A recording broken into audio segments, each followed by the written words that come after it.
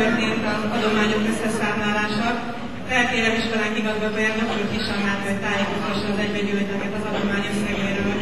Azt ígérő vezetetet így adjuk át a Meisinger családnak. És csak azért nem tudom levenni a mikrofont, mert olyan érdekes dolog történt. Ezt a fotókoszt én egy kolléganőmtől kaptam, amikor, hát nem kis hajózás után végre saját otthonom lett, és kaptam vele egy kulcsot a boldogság kulcsát. Gondoltam, ezt a fotókoszt adom oda Ervénynek és családjának, hogy legyen ebbe az ő boldogságú kulcsa, és olyan nehéz lett, hogy letört a füle.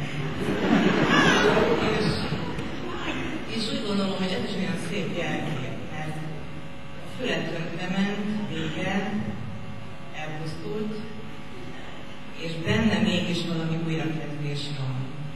Én azt gondolom, hogy ezt a fotókoszt, ha most valakinek majd átadom, akkor utána majd megkapjátok ki is, csak most egy picit. Aztán készültem, meg gondoltam, hogy majd nem csak ezt az összeget kapja meg a család, hanem egy széphez szóló verset a szeretetről, de ezt most nem kockáztatom, meg nem marad ide, mert én ezt most nem tudom felolvasni, majd otthon ők elolvassák. És nem csak azért, mert nincs nálam szemüveg, hanem sok minden másért. Helyette, hogy húzom az időt, de most már úgyis kibírják, ha eddig kibírták, elmondom, hogy miért volt jó ez az egész.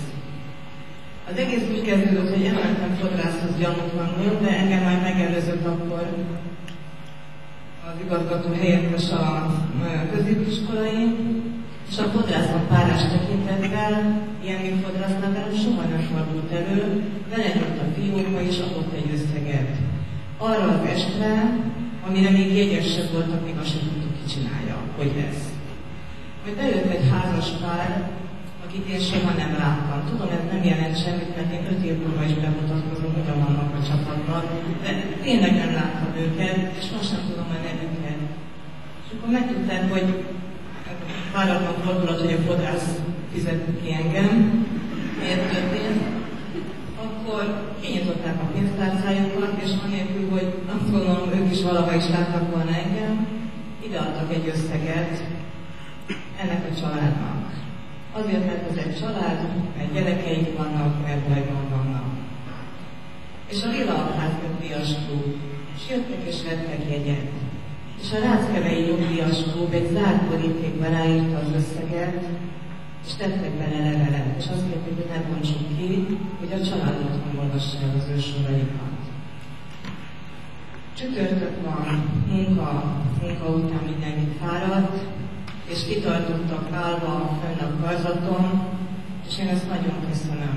És most nem nézek oda, de itt ül egy diákom, aki még soha ennyit egy helyben az életében nem volt.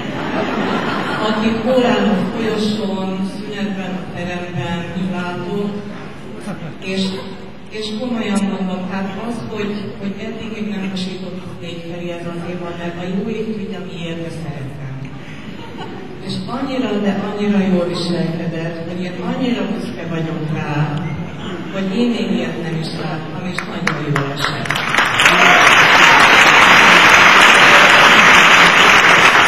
Nem mondom, hogy itt akik itt vannak, a Meisinger családnak, Ervénynek, Anikának és a gyerekeinek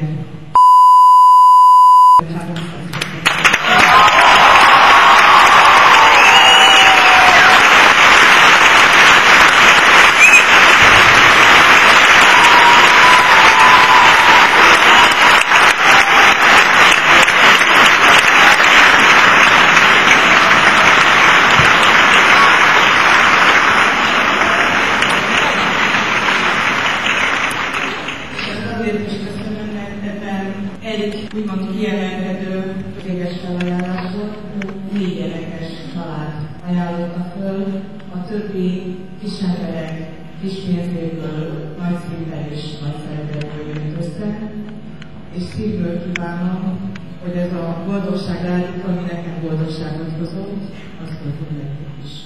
És mindenkinek.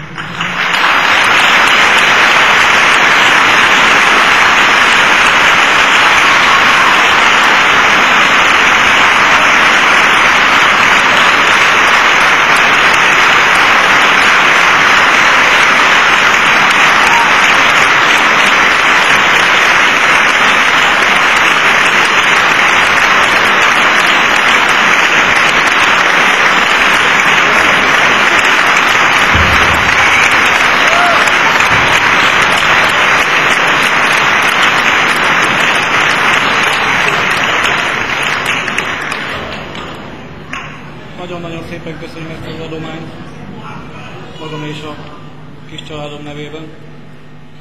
És köszönöm, hogy segítenek ezen a szakadékon átjutni egy új élet reményében. És nagyon szépen köszönöm a műsort, és az iskola dolgozóinak, és minden résztvevőnek. Ma nem is mind a 2 órában, de egy pár percre tudtam feledni a gondjaimat. Nagyon-nagyon szépen köszönjük!